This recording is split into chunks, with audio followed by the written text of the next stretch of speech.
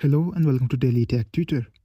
In this video, I'm going to teach you how to participate in WhatsApp Business Search.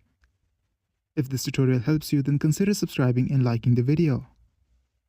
WhatsApp Business Search allows customers to discover businesses directly within the app. If you want to make your business searchable, follow these steps. The first step to becoming searchable is to complete your business profile. Tap on the three dots button and then tap on Settings.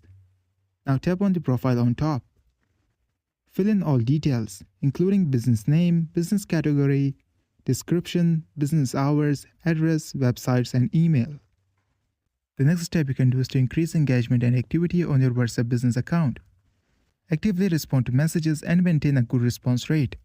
Encourage customers to save your number and interact with your business.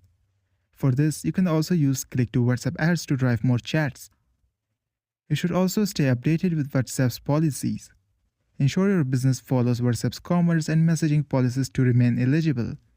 By following these steps, your business can become more visible in WhatsApp Business Search, helping potential customers find and connect with you easily. This was for today's tutorial. If this video helped you, then consider subscribing and liking the video.